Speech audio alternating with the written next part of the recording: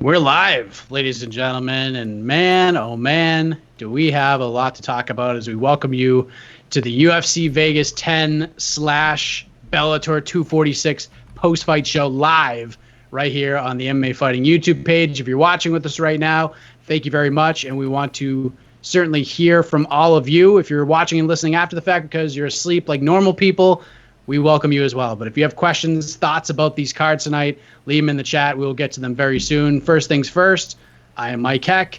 Alex K. Lee is joining us as well, along with producer extraordinaire E. Casey Leydon. And gentlemen, what a night. Let's start with the big question from UFC Vegas 10. AK, I will start with you. Michelle Waterson edges it out over Angela Hill via split decision in the main event. It was a fantastic fight. It was a tremendous main event. It was one of those fights where, again, this seems to be the theme of 2020 UFC events. Do not judge a book by its cover. A lot of people complained about this main event. Turned out to be an excellent fight. I'm curious how you scored this fight, kind sir. I'm of the unpopular opinion. I'll say first that I did actually go. This is gonna make Casey mad. I think I don't want to get our show off on a bad note, but I actually did have it 49-46 Waterson. So I was with the much criticized scorecard that was given by, I want to say, Sal D'Amato. Yeah, Sal D'Amato and I were on the same page. That said, the rounds were extremely close. I see a lot of people who are upset when they see 49-46, and I see the reaction like, this is crazy. But really, that's with me giving Waterson the second round. It was very close. So if you want to give Waterson the second round and say it was 48-47, I won't argue. But I don't think giving Waterson the second round. If you want to give Hill the second round, that's fine. But so I don't think it's that. Yeah, I'm just saying I don't think it's that. A 49-46 does not reflect how close the fight actually was. Whether you went 49-46, 48-47, I still feel the right person won. So yeah, I think the judges got it right. I do think it was at least 3-2 for Waterson. Casey, you look like you don't agree. You get your cheek on your hand. You look like you're about to explode here. Be gentle. You're like a volcano. Be gentle. I bet you scored it for Angela Hill. Would that be my guess, just looking at your face right now? I'm as a reasonable fight fan and journalist watching a fight, I don't understand Alex K. Lee. It's honestly a mistake he's on this show right now. But first of all, great fight. Great freaking fight. Just phenomenal fight. $50,000 is fight of night bonus, doesn't do it justice. Just an awesome fight. Everyone that said this fight sucked as a main event, they suck. And just an awesome fight by both ladies, first of all. I did have it for Angela Hill. I think I had it like most reasonable people. I had 1, 2, and 5 for Angela Hill. And of course, I guess 3 and 4 for Michelle Waterson.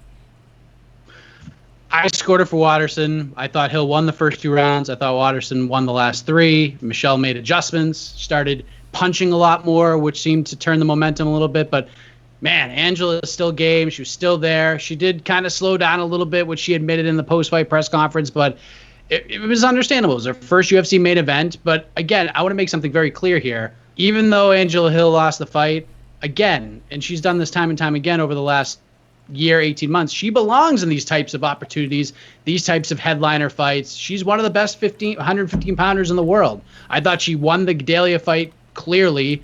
And if you scored this one for Angela Hill like Casey did, I ain't mad at you, but what a great fight that was. And hats off to both ladies for just a tremendous battle. And for those watching right now, just a reminder, if you have questions, thoughts on these 2 cards tonight, leave them in the chat. We'll turn it over to you all very soon. But let's flip to the other channels, shall we? The main event of Bellator 246, the final Paramount event for the promotion. We have a brand new bantamweight champion of the world, Juan Archuleta. That championship grit pays dividends. He lost the first 2 rounds, was in some dangerous spots, but he gets it done. So, Casey, let's start with you. Your thoughts on the main event over at Bellator at Mohegan Sun, Juan Archuleta, finally a major promotional world champion. Oh, I thought it was overall it's just an entertainment fight.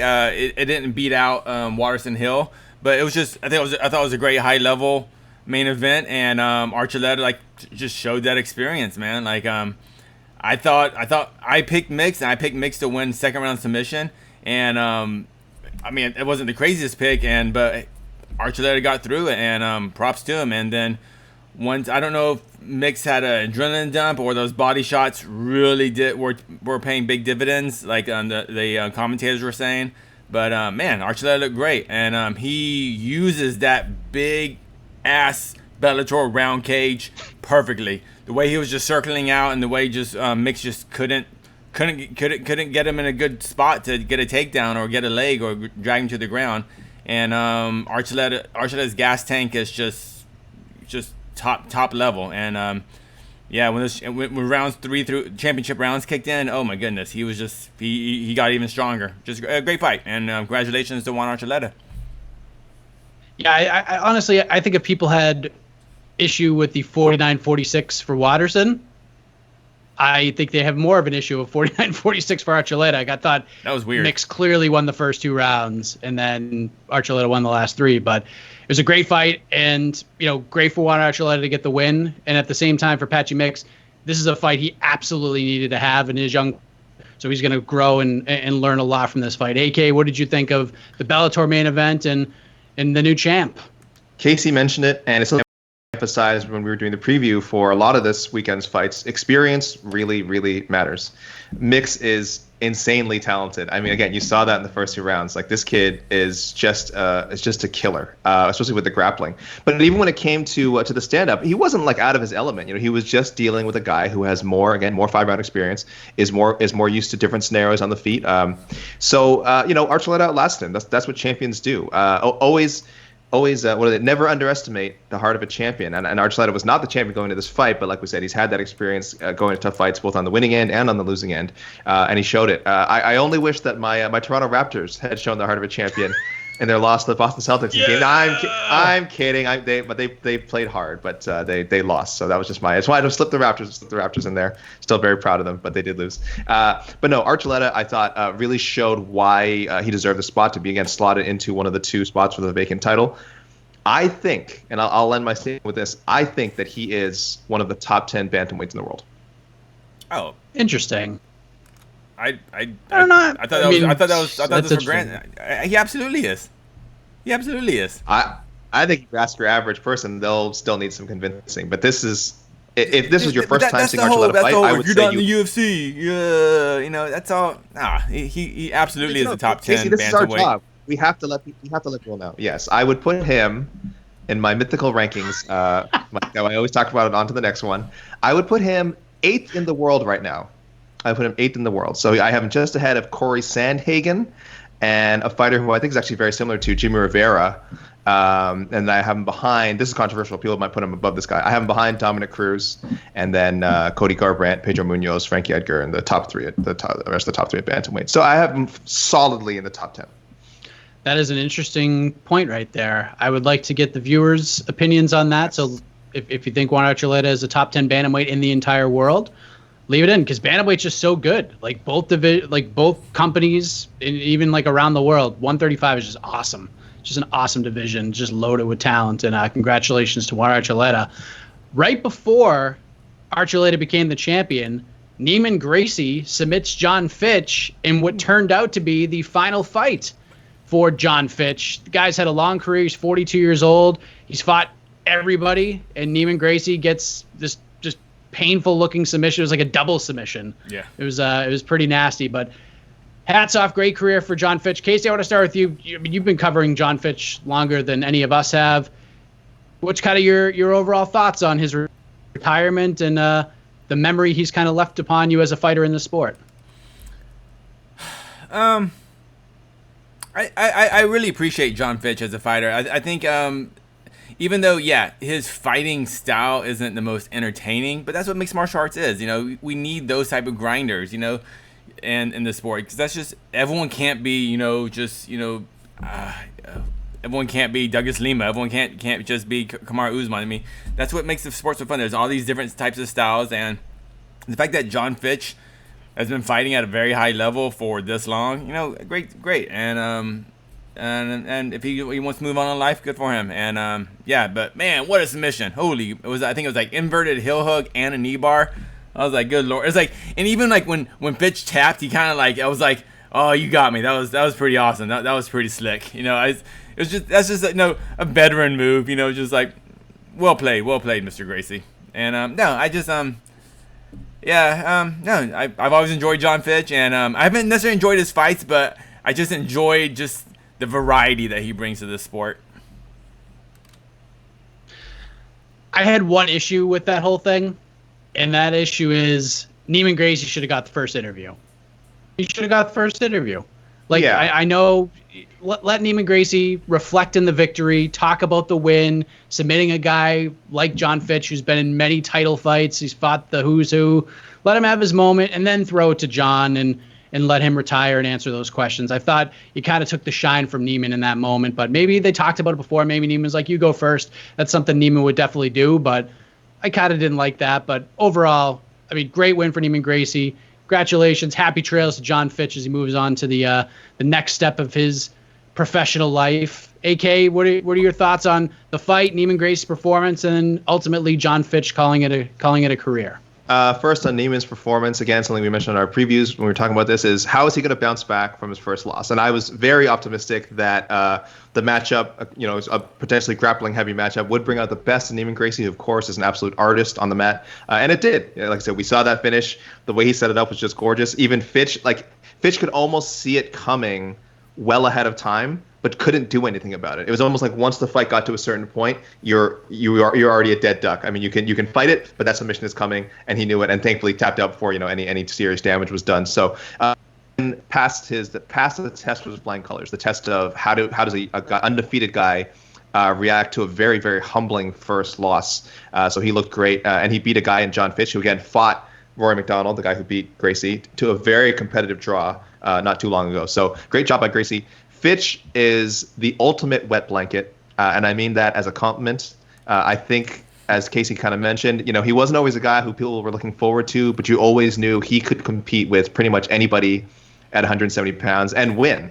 And this is not a guy who's a physical marvel. This is not a guy who was a star wrestler. It's well documented that in college he was actually a very mediocre amateur wrestler, and a lot of his opponents kind of took a dig at that until they got in the cage with him. And he smothered them for 15 minutes. So he knew how to MMA wrestle. He's probably one of the best MMA wrestlers of all time. And he beat guys like Paul Daly, Thiago Alves twice. Guys who on paper are like Diego Sanchez, guys who seem physically more impressive than him. And yet he found a way to win. He fought for a UFC title, which is great. He fought GSP, went to a decision with him. And then he won a World Series of Fighting title, which is nice. Beat Josh Berkman. So it was, or did Josh Berkman beat him? No, that was like the crazy so it's the other way around. I apologize. Yes, that was he got choked unconscious by Josh Berkman. I apologize. After he took a big shot, he got hit hard. Yeah. Yes. Well, I had to look at that stuff just now. He beat Joao Zaffarino, but still held the title, and then won a Grappler's Delight match with Jake Shields, which was kind of an uneventful fight, as you can imagine.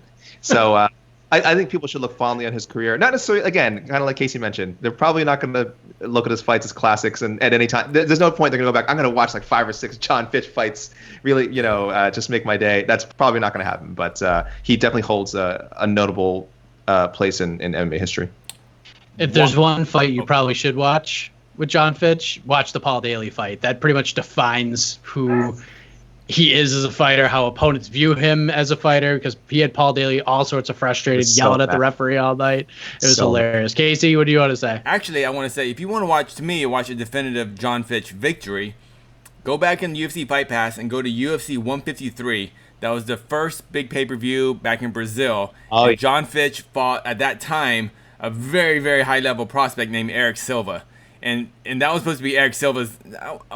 It was supposed to be a bit of a showcase fight. I think he was like maybe not the co-main event, but definitely a featured fight in the pay-per-view. And Eric Silva put a whooping on Fitch that first round, but then Fitch came back and then put a whooping on Silva. And actually, I think did he actually finish him? No, he won winning by decision. But I remember being in the arena, sitting in press row for that, and it was just. I thought it was. I don't know what it was for me. I don't know what it was, but I just remember that moment. It was just a very spectacular feeling.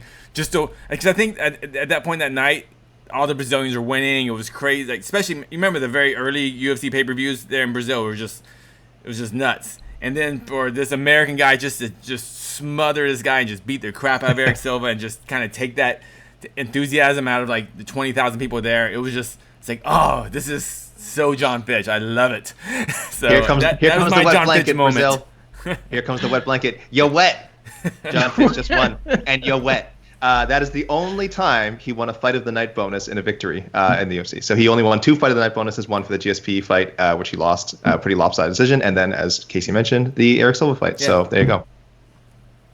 There you go. There's some homework for everybody. If you want to look back on the great career of John Fitch, happy trails to you, sir. We appreciate all you've done for a great sport. Co-main event for the UFC, Otman Azaitar finishes Kama Worthy in just over 90 seconds. It was that guy is just a piston, man. He just gets right in your face and starts throwing bombs. He's super aggressive. He's only got 1 speed. But good Lord. Good fight. Good finish. Gets it done. Let me ask you this, AK. Do you agree with the stoppage? Because Kama Worthy was none too pleased. He got up, and I don't know, like at points I thought he was like kind of wobbling around, but at other points I'm like, oh, he looks okay. Like, was it a good stoppage? Yeah, if we're gonna come down on referee Herb Dean for his questionable stoppages, of which there have been many, by the way. I'm not letting him off the hook for any of some of the mistakes he's made this year. Let's also point out when he does well. So this was, I thought a very good professional stoppage. Kama Worthy, if people watch the replay, he was not defending those shots. He didn't even have a hand up, not proven position. He was eating some very, very, very hard shots to the head. So I have no problem with Dean getting in there, intervening. And they showed a little footage after of Worthy and Azaitar looking at the screen after, and it looks like Worthy kind of nodded at him like, oh, like you got me. Like I have a feeling Worthy does not remember a lot of what happened there, and probably after seeing the footage, I don't think he had as much of a problem with the stoppage. I was shocked the way that the Kama Worthy approached that fight. Like, I knew he likes to get in these brawls and start swinging wild at times, but especially after watching the Luis Pena fight, I thought he'd be methodical about it, but he was just like, nope, let's just get in there and swing and bang and have some fun. So he told you. He ain't a DJ. He ain't a DJ.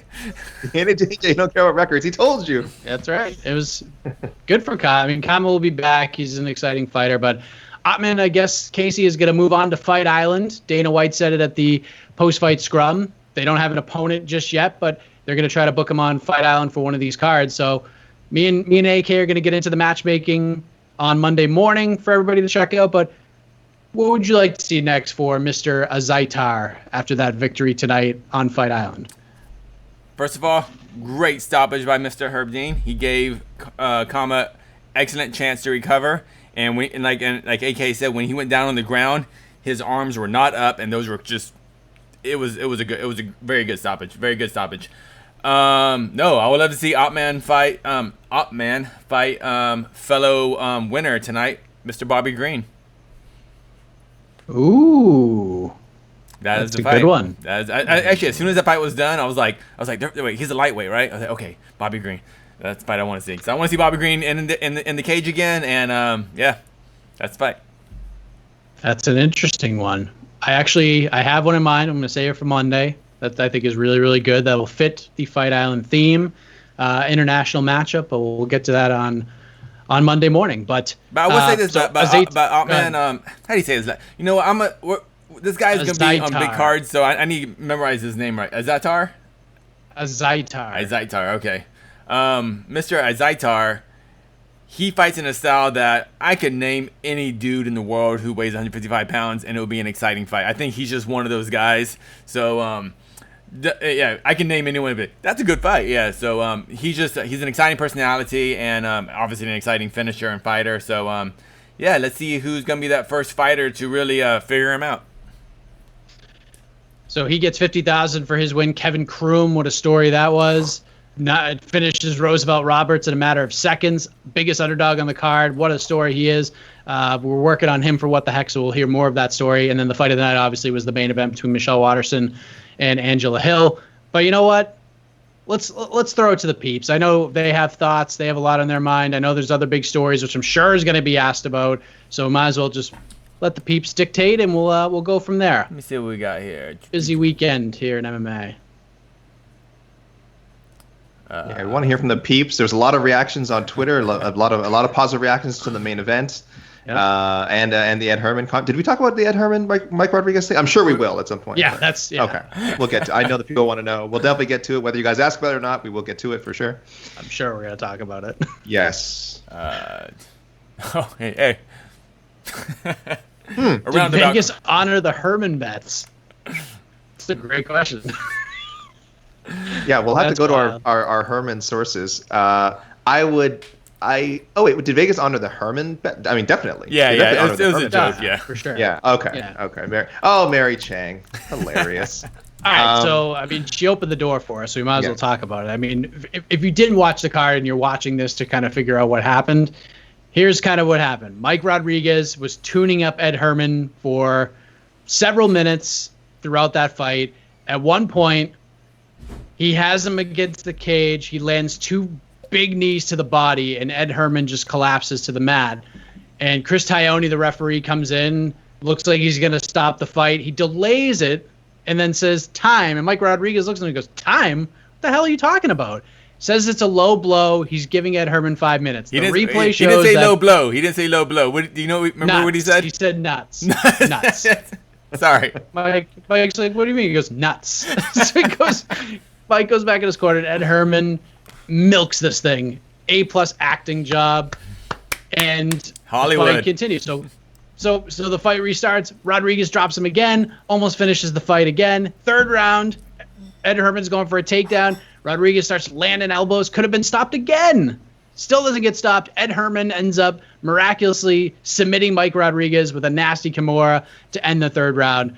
All sorts of craziness. Dana White was pissed off, as could be expected. I'll admit I was a little pissed off at how this all went down, but they are going to appeal. I did talk to Mike Rodriguez's manager, Tyson Chartier. So they are going to appeal. And then Dana White in the post-fight scrum said Rodriguez is still going to get his win bonus. So I asked his manager again, does this change anything? And he said, no, we're still going to appeal. I'm happy we got the win bonus. So a lot to unpack here. Mike Rodriguez got the big fat screw job tonight, but he's still going to get his money. So I'm happy about that. So AK, your thoughts on this whole situation with Steve Mazzagatti, aka Chris Tione, according to Dana White?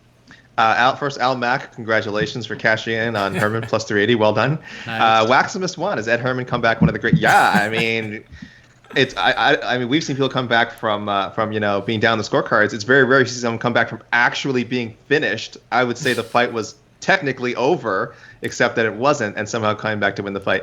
I don't blame. There was another comment earlier. Do we blame Ed Herman for the way he handled it? Hell no. Absolutely. Hell no. I think Luis Pena tweeted, if you ain't cheating, you ain't trying. And look, that's a very glib, somewhat cynical way to look at athletic competitions, to look at the fight game. But again, Herman just really, really took advantage. He was clearly hurt. Okay, that knee up the middle, when they showed the replay, all it showed was two things. That the knee, at least initially, did not catch the cup at all. Some people said maybe on the rebound, I might have glanced it. Even if that's the case, it was obvious that that knee was buried into Ed Herman's chest. And that is what did the damage. That landed clean. That was a fight-ending knee. And Ed Herman was probably as surprised as anyone as to why the fight was paused. And then he heard the magic word of nuts and then said, okay, nuts. I will now grab my nuts and I will help Chris Tione sell the situation and then help myself, I believe, take a full 5 minutes of rest and get back into this fight. So a little sneaky, but again, when you're in... Look, Herman has been fighting for 17 years. There's a lot of stuff he's just doing instinctually. I don't think he makes a calculated, deliberate decision to say, oh, I'm going to do this now after taking that knee to the body. No, it's just everything's just happening. He's reacting. He sees an opening, again, to rest, recover, and then pull off that miraculous finish a round later. So I don't take anything away from Herman. I feel incredibly bad for Mike Rodriguez. He was 100% robbed of a victory. That was a second-round TKO via body knee to the body, and he should have had a win tonight. Casey, what do you think? I mean, have you ever seen anything like this in all of your years covering the sport? Like this? I can't remember anything quite like this. I don't remember the details of it, but I remember like how Josh Koscheck was famously faked an eye poke, I think, or faked a knee on the ground years ago. But I don't think. But this is by far the worst one of all. Dana White used to always say before every card, every card has a holy shit moment, like something you've never seen before. I think we've seen enough MMA now where that we don't get a holy shit moment every single card now. But to me, this was a holy shit moment because I don't think I've ever seen a fighter just during a fight just deliberately cheat and then milk it for 5 minutes. And I just never seen that. I don't. I've seen guys, I got eye poked, and the ref's like, are you sure you got eye poked? They're like, oh yeah, I'm good. Or they spit their mouthpiece out, things like that. Or maybe they fake a nut shot, but he took 5 minutes off when he was getting. And then, and I was bitching online. I was complaining on Twitter, like, blah, blah, blah. And people were like, oh, what's Ed Herman supposed to do? I was like, you get the W, I was like, you know what? Get the W. But then in the post-fight interview, go, yeah, whatever. Yeah, it was in the groin area. He did that whole, like, I don't know. Did it hit me in the balls? I'm not sure. Like, bro, if Mike Rodriguez puts a knee in your groin, you are going to know it. It is not. There's no like. I don't know. It's like I'm just I got into mixed martial arts because I thought this was about honor and integrity, guys. I'm just a little heartbroken about the sport. So if Anthony Smith had taken the title that night, you would have been okay with that? AK? Yeah, absolutely. Would you? I would have. No, it's been hard. Like But that was a legit one, though. People remember winners. Okay, look, Vitor Belfort to this day is still referred to as a former UFC light heavyweight champion, and that is one of the biggest, weirdest fluke victories ever. The cut, he opened up a cut from the glove, a seam of the glove opened a cut on Randy Couture's eyelid, and the fight had to be stopped, and it was not a no contest. It was ruled a TKO victory for Vitor Belfort, and Vitor Belfort's a great fighter who has this amazing resume and can now kind of tack on champion on there. Do people care every time it's mentioned up how it happened? No, they don't care. The Anthony Smith thing. I'm on both sides of it. I 100% respect they didn't take it. I actually love that about him. But at the same time, if he had, I would have thought it was great too. I would have, like I say, it would have been a nice feather in his cap for his career. He would have gotten another big fight with John Jones. So really, he should have done it. But I don't think he regrets not doing it. I don't think anyone who's a fan of his should regret that he didn't do it. It's just one of those funny kind of footnotes, what ifs, right? And I guess that's sort of what this Ed Herman situation is too. You have to feel a little bit happy for Ed Herman, if only because he struggled so much to even just get in the cage this year through no fault of his own. Opponents dropping out, testing positive for COVID. So he said himself he had like no paycheck for like 6 months or something. So at least from the UFC, I should say. So. It was good at least to see him get in there and get his win bonus. And also, nice to know Mike Rodriguez is too. It sucks that he has to have a loss in his record, but at least he's getting paid as well.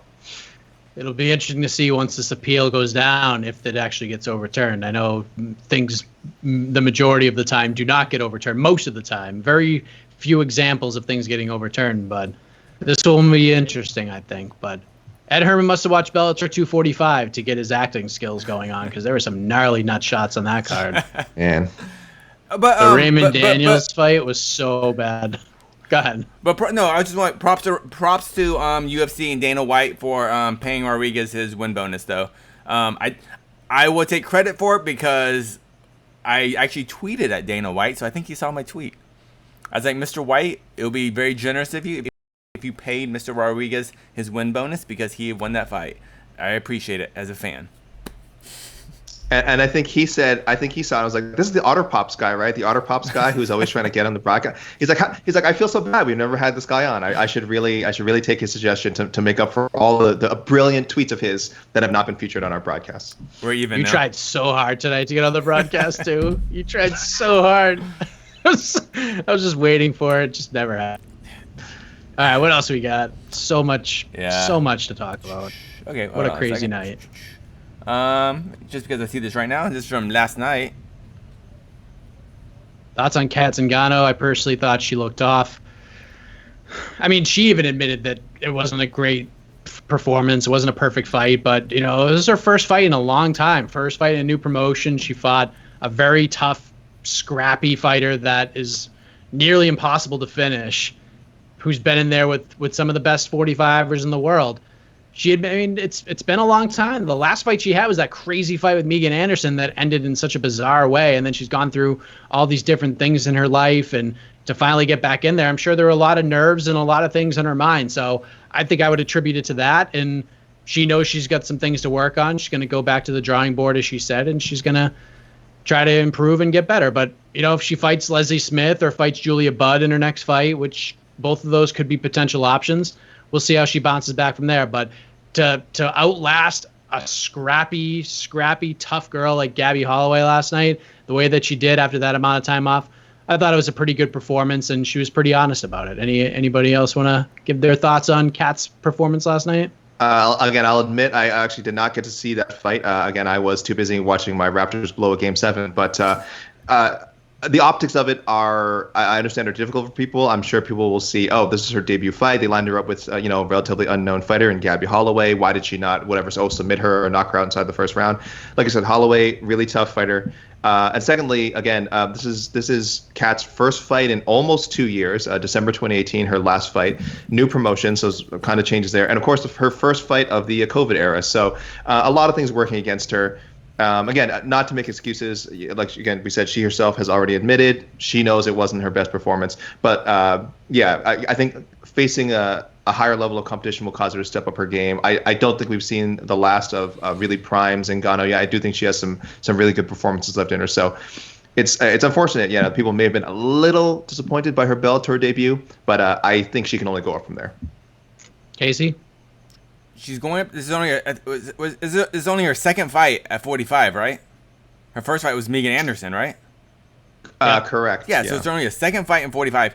When she fought Megan Anderson, the fight ended like in 2 minutes when her eyeball got sliced with a toenail. Yes. So we can't even count that like as any actual in-cage experience. So, and then obviously the COVID, promotional change. She's had lots of health issues outside of the cage, and she still won on 2 judges' cards, 30-27, against a woman that came in heavy, too. So that's true. Oh yeah. So Kat Zingano, while she didn't look like, oh, she's gonna smash Cyborg, no one thought that. I thought it was fine. It was a Kat Zingano fight against I think Kat Zingano just actually has to put more muscle on or something, or maybe go back down to 35, because if she wants to fight at the highest level. But unfortunately, actually, Bellator doesn't have a 35 division for some weird reason. But it was a performance and a win, and I wouldn't put too much. I don't know. I wouldn't raise too many red flags about Zingano's performance. Yeah, and Liz Carmouche got her debut win tonight via submission. So good on her. Thank you for the question, Dr. Alan Grant. Don't get eaten by any dinosaurs. That's awesome. Spoiler. Thank you for. Spoiler. Sorry. Jeez, it's on Netflix, guys. Check it out. Jeez. The dinosaurs are in a park. It's safe. Everything's safe. He does it. He survives, Casey. Okay. We've all seen it. This isn't really a question, but just. This is not a question, but. A lot of love for Sabina Mazo. Finally, yeah. gets that big finish, lands that patented head kick, and turns it into a rear naked choke. Starts off the night in a big way. That fight was a lot of fun.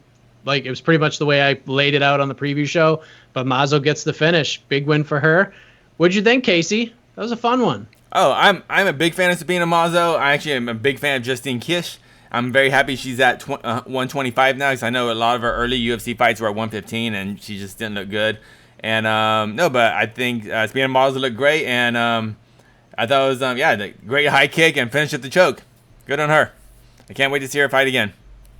Yeah, for sure. Where would we put her? Like, I'm trying to think, like, in the division. Is she like kind of right outside the top 15? Just because she's a prospect, I guess, kind of right outside that top 15, or easy fight. This is an easy fight. This is an easy matchmaker. Oh, you got one. Mazo versus Lipsky is the fight to make. That's the only fight to make. I like it. What do you think, AK? Is he muted? Hey, AK, you're muted. Come on. Sorry, I was muted. I was drinking water. People do not need to hear me drink water. They may want to. Some people enjoy that sort of thing, but I'm not. That's on my OnlyFans. We have lots of comments about your water drinking later. That's my OnlyFans.com. If you want to hear the sound of me drinking water, that's on there. That's part of it.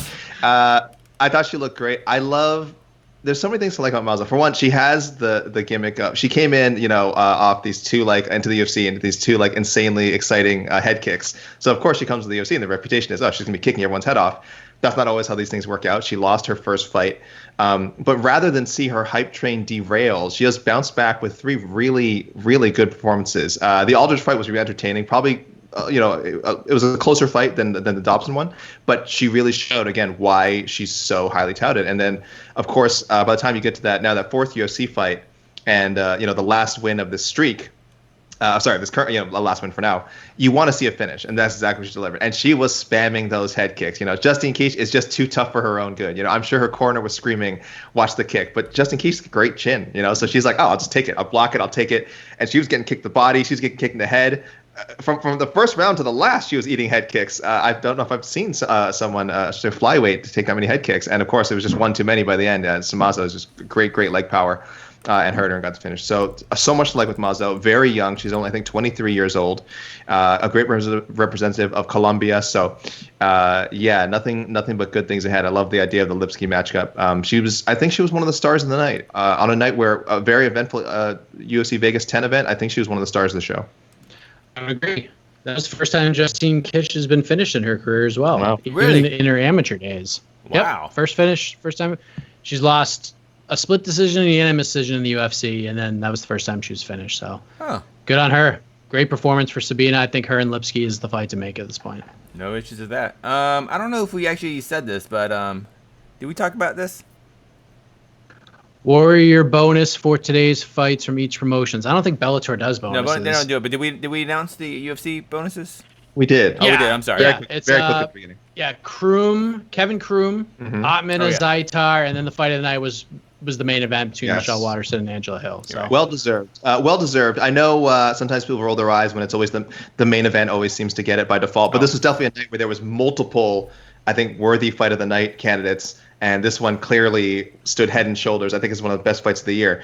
I think it's, for people who are critical of, not critical, but I'll just straight up say it, haters of WMMA, of women's MMA, you're going to look real foolish by the end of this year, because I think 3 of the top 10 fights are women's MMA fights. Number one is probably going to be Joanna Jacek and Zhang Weili. I think this fight is absolutely up there. Michelle Waterson, Angela Hill, and of course Lisa Verzosa and Julia Stolyarenko from that same the Zhang Jacek weekend. So that's for me. It's 3 locks right now. If I was making my list, 3 locks for my top 10. I don't know how the top 5 is going to look, but I think Stolyarenko, Verzosa, and Zhang and Jacek are in there. So awesome fight tonight. And Dana White also said during the post-fight press conference after he announced the bonuses that all the guys and gals who got finishes tonight were going to get some extra cashola as well. So let's make that the norm. Can we just say if you get a finish, you are immediately like you're $50,000? Like obviously, there can be discretion if it's a controversial finish, but otherwise, I think if you get a clear-cut finish, automatic extra 50 Gs, or I would say more than that, but let's start small before we start changing everything in the UFC, because they're not going to do that. So yeah, 50 grand if you get a finish. I hope everyone gets at least something close to that for the hard work they put in today. You need to drink some water, AK? I'm a little parched, but now I'm self-conscious about it because we've talked about it so much. And again, I have to onlyfans.com/AKLee. $29.99 a month, and you will get to see hear such things as me drinking water, and I will even give you a peek of my rankings. if you know what I'm saying. Right there. I don't even know what these and by rankings I mean rankings. Great. Now we can't monetize this. Way to go. Jeez, guys. We have the stats, by the way, from the Waterson Hill fight. UFC stats, the official UFC stats, I believe. Yes. So wait, before you read the stats, remind the viewers and listeners who you scored the fight for, especially round 5. I scored the fight for Waterson. And how did you score round 5? I also scored I gave her 2, 3, 4, and 5. All right, now read the stats. Okay. The stats are very, very close. Nope. They're very close. They're slightly favorable towards Hill. Okay. But it's total significant strike counts 131 to 128 for Hill. That's overall. Hill won rounds 1, 2, and 5 in just significant strikes. She won the first one 26-21 round 1, 33-31 round 2, 39-37 round 5. So this is how narrow these rounds are. This is why I really feel like, regardless of how you scored it, this fight was close. With the 2 rounds, Waterson won 13-11 round 3, 26-22 in round 4. So round 3, one of the ones which I think most people thought Waterson won, was actually also super close. She was 1 for 18 on takedowns, so not a spectacular number. And Casey, you're not going to like this. I think it's the sheer volume may have won Waterson the decision. Total strikes 361 to 278, and that's just attempts. Not percentage. She actually landed a fairly low percentage. So sorry, Casey. I think volume may have won the day, unfortunately. You suck. Just waiting to get the reaction. Those are the numbers. I will not. Was round 3 the very dominant round by Michelle when she had Angela Hill down on the ground? Or was that round 4? Yeah. That was round 3. Yeah, round 3. And that's what it seemed like. But again, significant strikes was 13-11. Though total strikes, it was the biggest. It was total strikes. It was the clearest round by far, 36-18 for Waterson. Every other round was neither fighter landed no more of a difference than 5 total strikes between them. So that was, quote unquote, the most dominant round, but I really feel every round was except for maybe round 3 was fairly close. Okay, I have no problem with the Angela Hill scorecard either. I thought Waterson edged out 4 of the 5. It's a good fight. It's a great fight. Awesome fight. Excellent fight. Awesome fight. What else we got?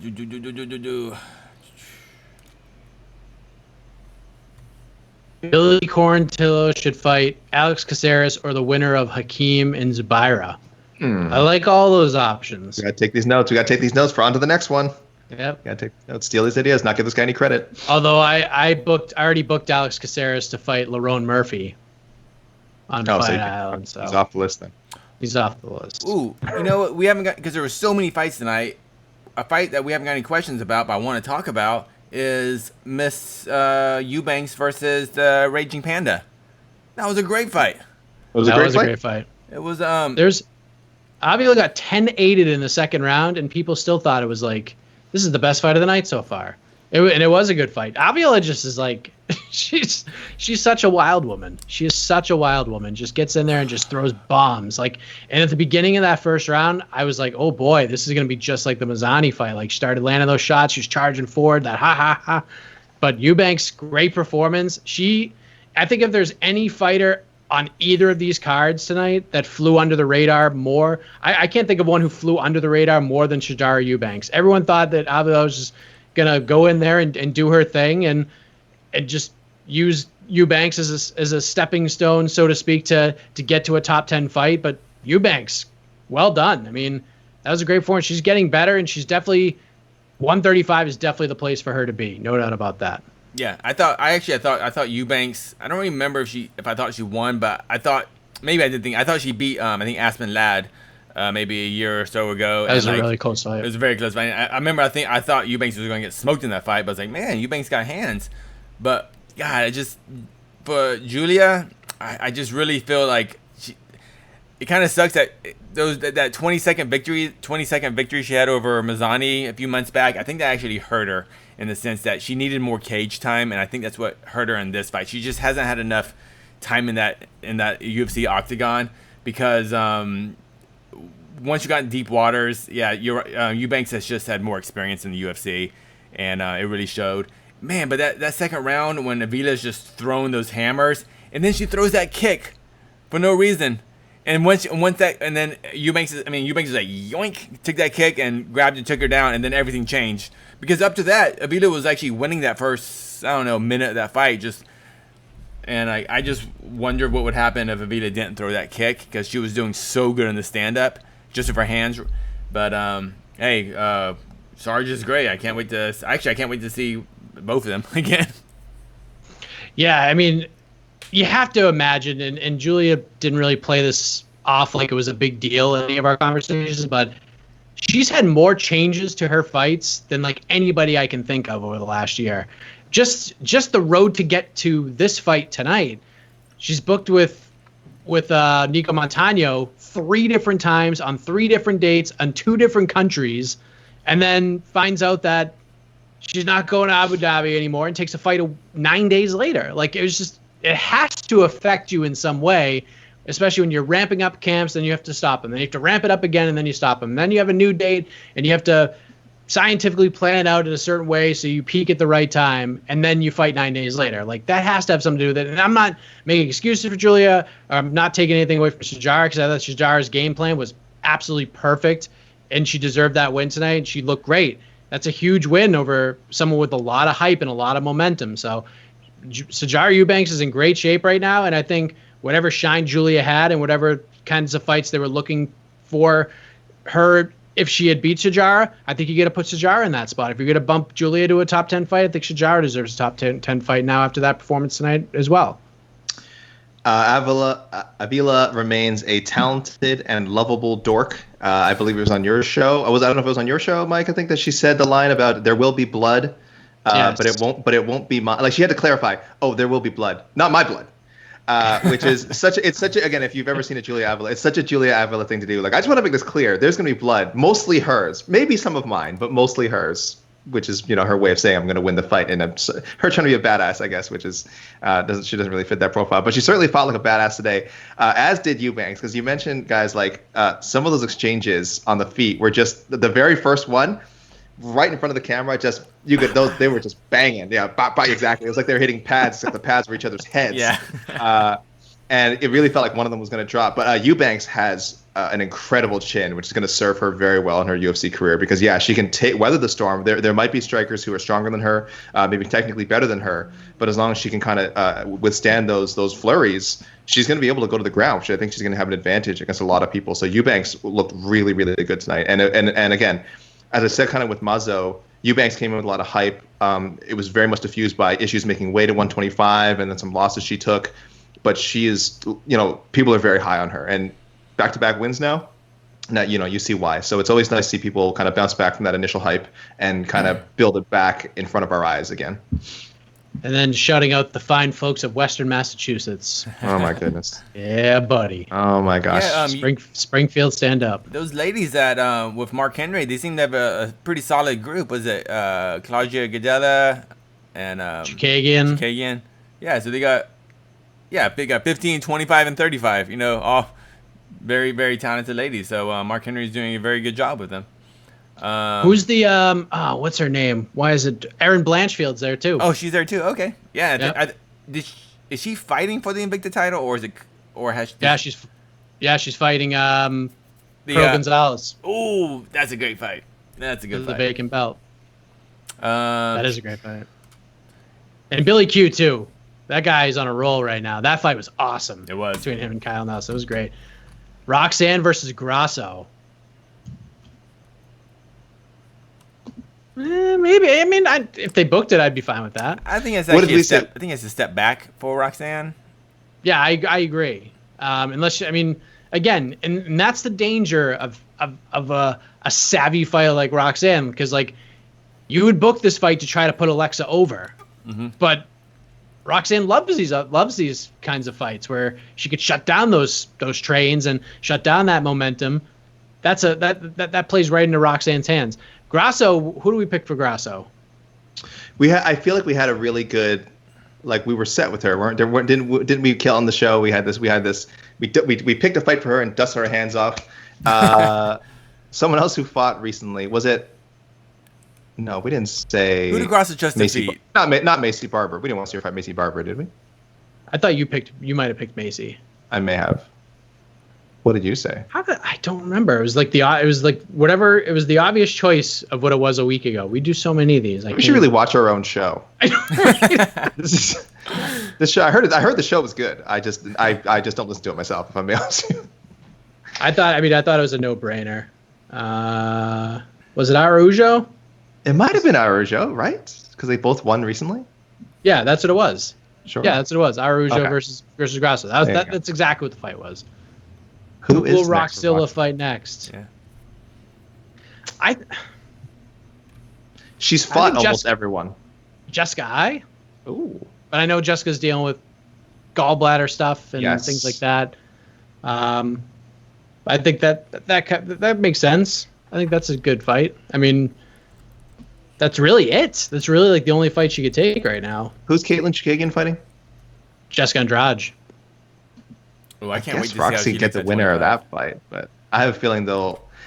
It's funny you guys mentioned that Grosso would be a step back. I have a feeling they may continue to make. I think they view Roxy as a gatekeeper, unfortunately, perhaps somewhat fairly. Let's be honest. She is a veteran. She has been around. She's fought everyone. People know her as a tough challenge, but I don't know how seriously they take her as a contender. And I feel like the matchmakers probably view her that way as well. So unfortunately, I think while it's fun to maybe matchmake and look at the top 15, I don't know if they are going to give her another top 15 opponent next. Though the division isn't like super deep. So it could go either way. But I could see them kind of giving her another gatekeeper matchup. Andrew Lee's lost 3 fights in a row. Yeah, close ones though, eh? Well, Lauren Murphy won, right? Which pretty much most people thought she won, And then before the JoJo Calderwood, which was very close too. And this fight was.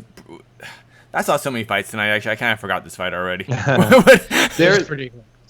Nothing in Angelique's last 3 fights tells me that she's not a top 15 flyweight in the UFC. Yeah. Let me put it that way. I know the results aren't there. I know people are like, "What do you mean? She's lost 3 straight fights?" That's all you need to point to. But again, it's very easy to just look at the numbers. If you look at the performances, again, she was right there with JoJo. She's right there with Lauren Murphy. I thought she was right there for the most part with Roxanne Modafferi. I think I scored the fight for Lee. Maybe I wasn't watching the fight closely enough, so maybe I was wrong there. But I thought it was certainly close enough to make an argument for it. So this could have easily been 3 split decisions. Losses in a row for Lee, which is, again, that just tells you to go either way. Does that now? Again, that's not, that means she needs to make changes. Clearly, there's changes she needs to make to get over that hump. But she's still, I think, is still a good fighter, very talented, and some of you can keep matching up with people in the top 15. Maybe she doesn't want that. Maybe it's time to take a step back for her as well. But yeah, nothing tells me that she's not a potential contender in 2021. Sure. Thoughts on Vanessa Porto signing with Belt? Brilliant. The UFC missed the boat big time. Bellator scooped it right up. Like, this is the biggest no-brainer signing they could have done. Yeah. How does that happen? I thought there's like this very direct pipeline from Invicta to the UFC. So I have to wonder, do we know if there was I guess we'll find out at some point. If there was an offer made from the UFC that wasn't to her liking, did Bellator somehow make a better offer? Or did the UFC pass on her for whatever reason? I don't know, but it would seem strange that she wasn't on their radar and, added to their roster. I could be wrong, but outside of atom weights, which the UFC obviously doesn't have that weight class, I think the only Invicta champion that hasn't gone to the UFC is Vanessa Porto and Sarah Kaufman. And Sarah Kaufman obviously had fought for the UFC, so yeah. So really, right, just looking at it at a glance, does seem like it's just Porto. Our thoughts is clearly, Joseph Boza, our thoughts clearly is we're baffled. I think it's a great signing for Bellator. Yeah, a future opponent for Alimulay McFarlane. Yep. Probably might be the best opponent that she's lined up with. And I would be fine with her getting an immediate title shot if we're being honest. But, sure. Yeah, she's earned it. There's another champion. Pam Sorenson has not been signed. And she's a 45er. How did they not sign her? I don't get it. We know why. Come on, we're talking about the UFC 145 division here. It's not a priority for them. Right, but at least you got something, for Christ's sake. What else we got? That's a deep cut. I like that. But I hadn't even thought of it. This is a lot of stuff happened this week, but I hadn't thought of it. It's excellent signing. Yeah, a lot of people, they get. Just Guy versus Roxy for the most award winner gets on Rogan. Most award fighter. Roxanne does not strike me as. Has she mentioned wanting to be on Rogan? I don't. I know I definitely did. Roxy doesn't like doing interviews at all. Yeah. Yeah. Even her post fight today, she just wanted to get out of there. Yeah, she's a sweetheart, but. You do so many interviews. What else can you be asked at this point? Yeah, she's too sweet for that show. Sorry, Joe, but I do think I don't know if her personality would mesh with the usual tone of that show. Let me put it that way. I'm sure Joe would do a fine job of making her feel welcome. But now the more I think about it, now I really want to see. I don't watch any Joe Rogan, but I will watch Roxanne Modafferi on Joe Rogan for the full 2 hours. He's done some very good fighter interviews. I have to give that. Usually when he has fighters on, you're going to get stuff that you've never heard before. There's that comfort level that fighters have with him that they just do not have with almost any other interviewer on the planet. So, in that sense, sure, I'd like to see Rox.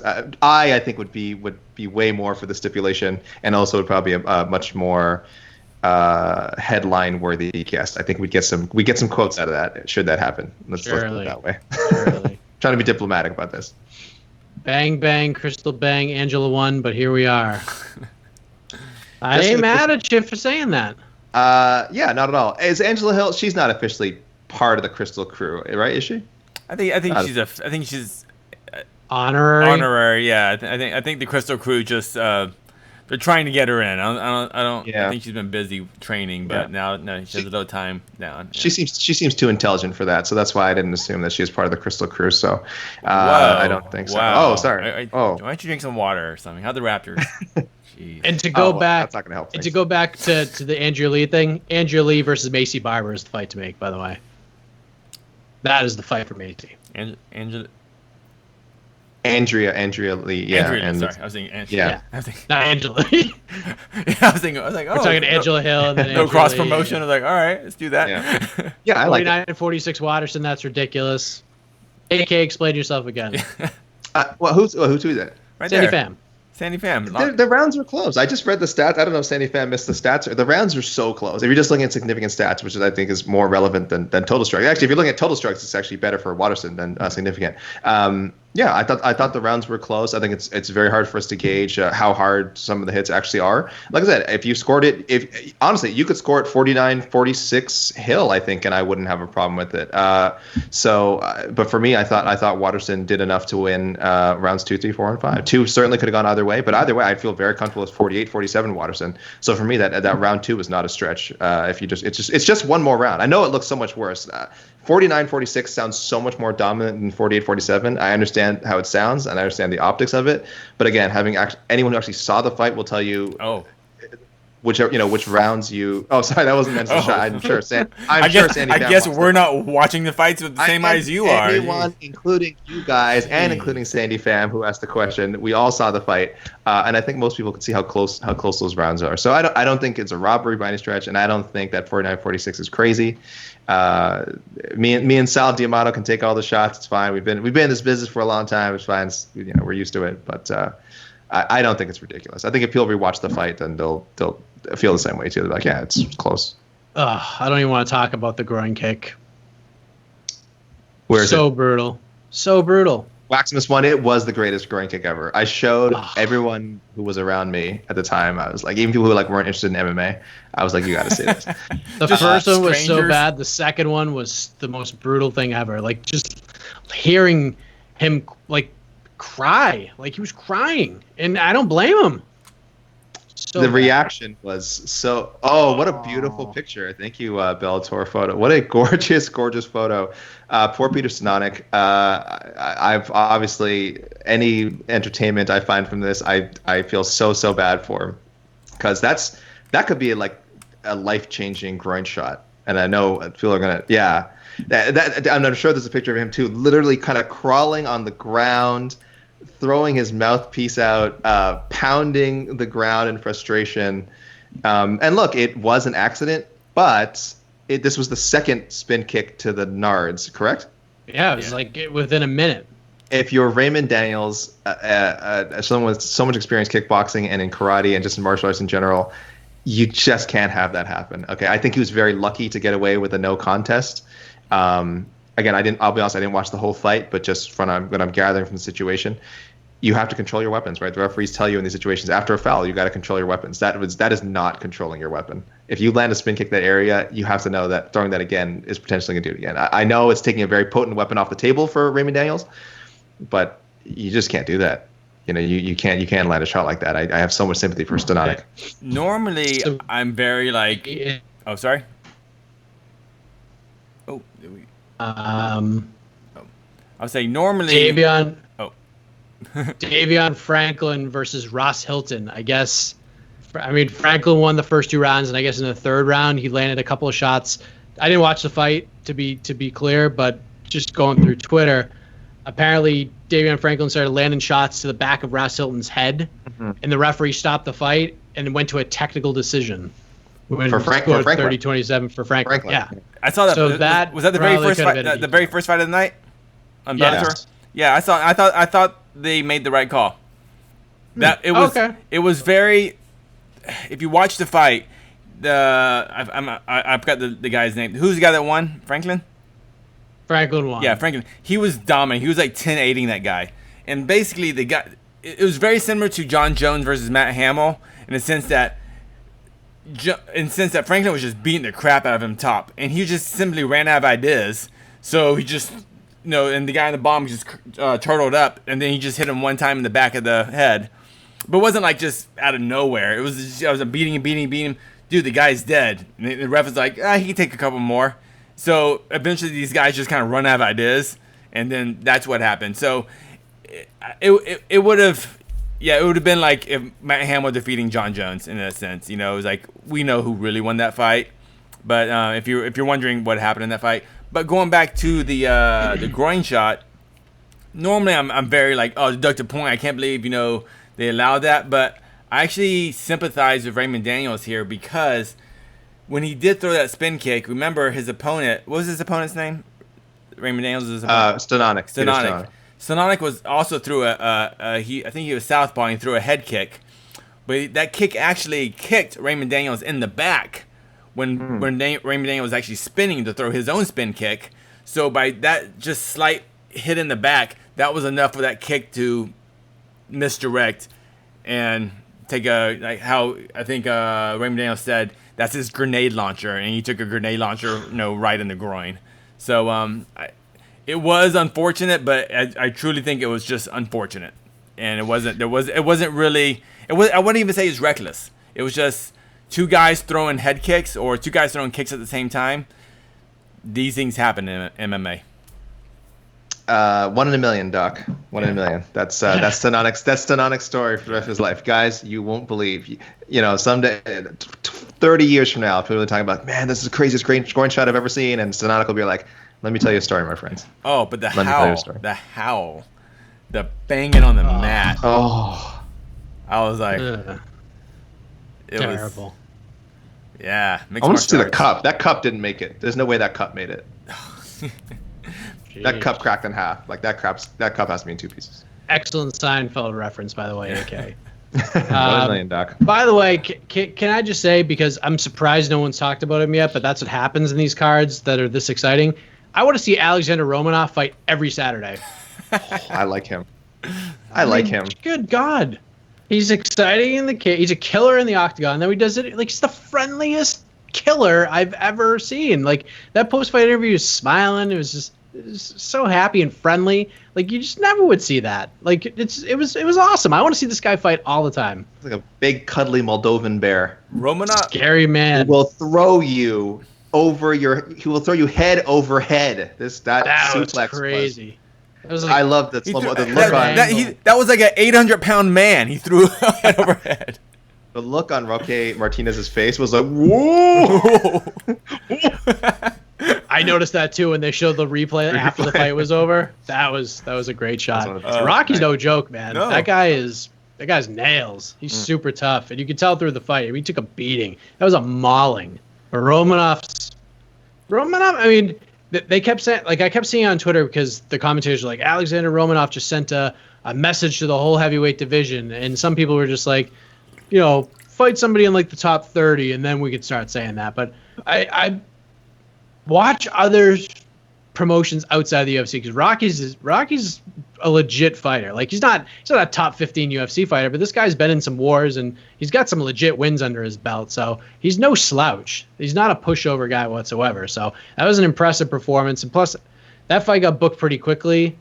So hats off to Rocky for even taking a fight like that and was willing to do it. But I like Romanov. I want to see this guy just fight all the time. Romanov versus Rocky Martinez was the most Ryzen heavyweight fight I've ever seen in the UFC. That just 100%. How was Lenny Hart not calling them out? Like that was the most. It was just like I was like I've seen this fight in Ryzen. I've had to. It just felt that way. It was just. I love heavyweight fights where the guys go, you know what? If they want to fight for shirt on, go for it. I'll tell you what matchup we need to see, and it's because we've gone so long without mentioning him. I need to see Romanov fight Khamzat Chimaev. Chimaev, put your money where your mouth is. Go up to 265, my friend. Get on that diet. I get a couple of weeks of heavy eating, and get up there and grapple with Romanov. That is now the fight that I want to see. There is your obligatory Khamzat Chimaev mention. So shout out to all the stream monsters out there who are waiting for that one. Triple book him. My apologies, since people keep giving me crap about it. I know I said Hazmat Chimaev in the Wonder Boy interview. People kept giving me crap. Listen, when you say the name so many times, eventually you're going to get it wrong. You're not even going to realize that you said it wrong. But I rarely go back and watch my work, but when people kept telling me about it on Twitter and stuff, I went back and watched it. I'm like, And then Wonderboy even asked me how to pronounce it. And I still said Hazmat. I felt like an idiot. But by the way, Romanov versus John Vellante is the fight to make. Oh. That's the fight. I can see it. Yeah. I mean, what else are you gonna do? Hey, Kaylee, thank you. Yes, Tristan was calling for a Chimaev. Well, Tristan actually commented earlier, like, I can't wait till next week. I guess he was saying, when Chimaev actually fights, so we can talk about Chimaev. I'm like, we don't need to wait for Chimaev to fight to mention Chimaev. We can mention Chimaev whenever we want. That's right. It's our show. I think we mentioned it on like 90% of our podcasts and video programming since Fight Island. So don't worry about that. We'll get to Khamzat Chimaev talk no matter what. Don't worry. It doesn't matter if he's fighting or not. After next week, start this. Khamzat the Suit Chimaev. Yes, we'll definitely talk about him next week though for sure. But I had to sneak one in there for my boy. So next week's card is ridiculous. That is a ridiculous. Let's talk about next card. week. We've been here for an hour. Let's talk about next week now. Yeah. Yes. We'll round off with that. Wrap, yeah. So we got obviously Covington Woodley, and I don't know if you noticed the promo, but there was a certain website that was flashed across it the entire promo. Just throwing that out there. It would be MMA fighting. Then Cerrone versus Nico Price. Khamzat Chimaev versus Gerald Mearshart. That's a really interesting fight. Johnny Walker versus Ryan Span's ridiculous. Mackenzie Dern's back against Random Marcos. Kevin Holland versus Darren Stewart is a great fight. Mirsad Bektik versus Eduardo Garagori. We got Bueno Silva versus Mauro Romero Barella. Jordan Espinoza versus David Dvorak. Sarah Alpar versus Jessica Rose Clark. Randy Costa versus Journey Newson is going to be ridiculous. Those two are going to beat the brakes off of each other. Andre Ewell, Erwin Rivera. Derek Minner versus TJ Laramie making his UFC debut. Canada. Yes, Canada. And then Tyson Nam rebooked against promotional newcomer Jerome Rivera. The first fight of the night. I didn't even know about that. Is this breaking news? They announced it on the broadcast. They announced it on the broadcast. Okay, I didn't even see that. Mike, and we lost the fight on that card too. Didn't we lose the fight today? We lost one late last night. Mickey Gall is out of his fight with an injury, so he's not fighting Miguel Baeza. It looks like. I mean, there's 14 fights on the card right now, so I would say it's probably unlikely they rebook Miguel or find another opponent. But I don't see a lot of 70 guys at 170 wanting to take that fight on short notice. But you never know. We've seen crazier things. Look at Kevin Kroom tonight coming out of nowhere on a day's notice and putting away Roosevelt Roberts the way he did. Chimaev would do it if, God forbid, something happened to the Mearshart matchup. He would absolutely cut that 15 pounds and just take. He'd be like, "Yeah, I want to stay in the card. I'll cut 50. Yeah, I'll cut 15 pounds to fight Baeza." And then that would suit my prediction of my Chimaev Baeza pick that I made like 2 months ago. Can you, Mike? Can you do a throatal kind of growl when you're pronouncing those names? It's because it's really if you want to get it right, it's really Khamzat. Like Habib. Khamzat. Yes. Khamzat. Hazmat Chimaev. Hazmat Chimaev. Yeah. Khamzat. I cannot wait for that fight. This is a pay-per-view card. Wait. This is a card if this before the 12 pay-per-views a month era, where for some reason they dictated that every pay-per-view has to be headlined by a title fight, which I'll never understand. This is a title fight. This is a pay-per-view level card from like 6 or 7 years or whenever before they started doing that. Woodley and Covington is just a grudge match people have been asking for forever. And then, as you mentioned, Cerrone and Price could be a fight of the year candidate. Khamzat Chimaev, everyone wants to see him fight, so there you go. He's like one of the hottest names right now. Johnny Walker, let's not forget, was like the hottest name around this time, like last year. Obviously, a lot of shine came off of there because some of the losses he suffered, but he's still a super exciting guy, especially when you throw him in there with someone like Ryan Spann. And Mackenzie Dern, again, also a name, very much a name in the MMA sphere that is so intriguing and that draws eyeballs. So yes, this is really a pay-per-view level card that you people are getting for your ESPN Plus subscription, and us people in Canada will be getting on TSN. So yeah, I'm not gonna say this is UFC pay-per-view level, but this is early UFC on Fox level. So specific, but sure. Early UFC on Fox. You know what that means? That had Remember, like UFC and Fox There's a luster. 1 through like I don't know 1 through 8 or 9. They felt special. And then eventually they just became what UFC on Fuel cards, but whatever. I was gonna say, it's certainly better than UFC on Fuel TV, and definitely better than like UFC on FX. It's definitely. Yeah, those are bad too. Yeah. Those are pretty bad. And by the way, if there's any media members watching who are going to be on the virtual media day call, and Mackenzie Dern's up there, do not ask her about her weight. You don't need to. Just look at her. She said she's 119 when I talked to her on Wednesday. 119. She'll be on weight probably by the time she gets off the plane. She's probably there now, all right? You don't need to ask her about the weight. You don't need to be concerned about it. She's going to make it. By the way, I know people have asked, can you get Colby on before he fights? I will tell you that I've tried. Colby goes through these spells. Very rarely when I text Colby Covington does he not respond to me. Right now he's kind of off the radar. He hasn't talked to anybody. I'm pretty sure that the last time I talked to him was the last interview he did. So if you want to get Colby's thoughts on the fight, go back into the archives and watch that, because I'm pretty sure that's the last interview he's done heading into the fight. Well, I think once he went pen to paper, and then once the Masvidal thing working with Woodley came out, he's off the radar. So I think the virtual media day will be like the next time you hear from him. So I've tried. Trust me on that. Real quick, we don't gotta predict a winner for Colby Woodley, but these bad blood fights, they go one way or the other. It's gonna kind of just be one of those fights, or it's gonna be freaking awesome, like Usman Covington. Where are we going? Awesome or just it's a fight? I don't know.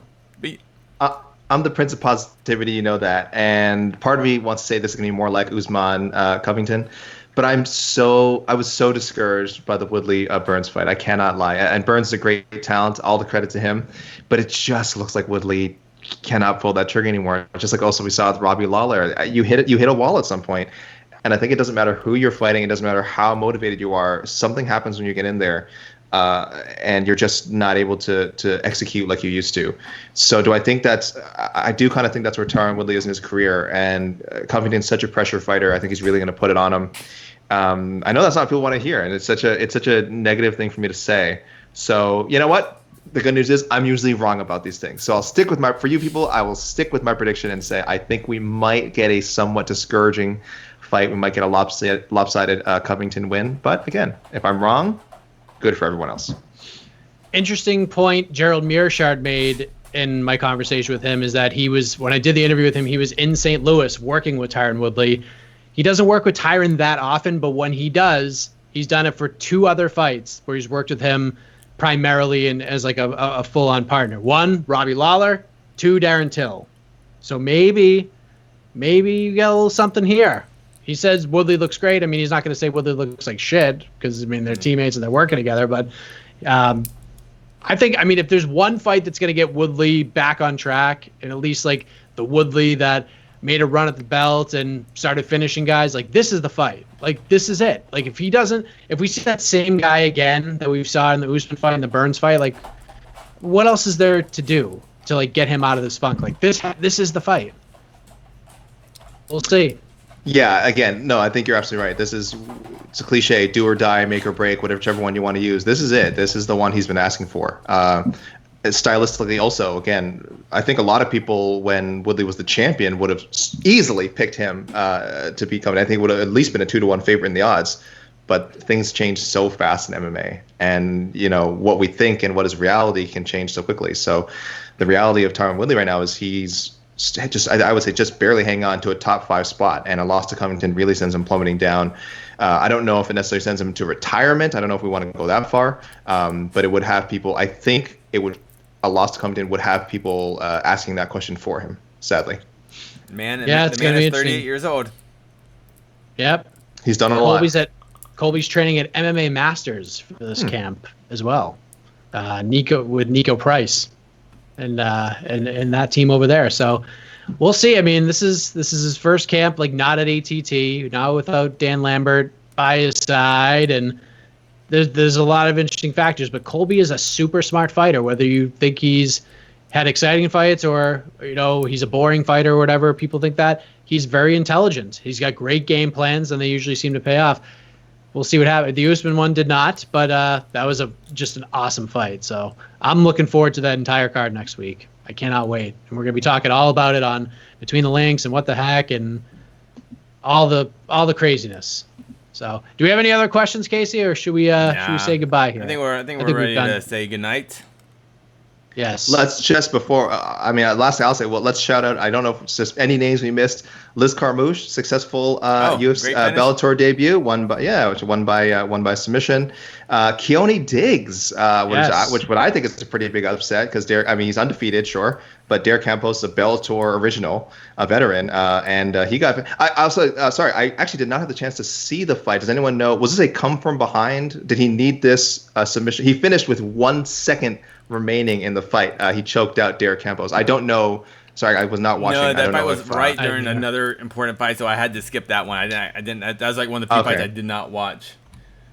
Yeah, I apologize to readers, but regardless of the circumstances, choking out a veteran like Derek Campos with 1 second remaining in a fight, that is, again, something that I think we'll review, and I think we'll actually be talking about for a while. Because Diggs, again, had a little bit of hype behind him, but I certainly picked Campos to beat him, and just assumed that I would see Campos by knockout or Campos by decision on the results sheet. I did not expect to see Keone Diggs by technical submission at 4:59 of round 3. So good for him. He definitely deserves a shout out. And big shout out to Bobby Green as well. Another win for him. Awesome. Way to use his time on the mic as well. Basically walked out on Michael Bisping. Took a stand.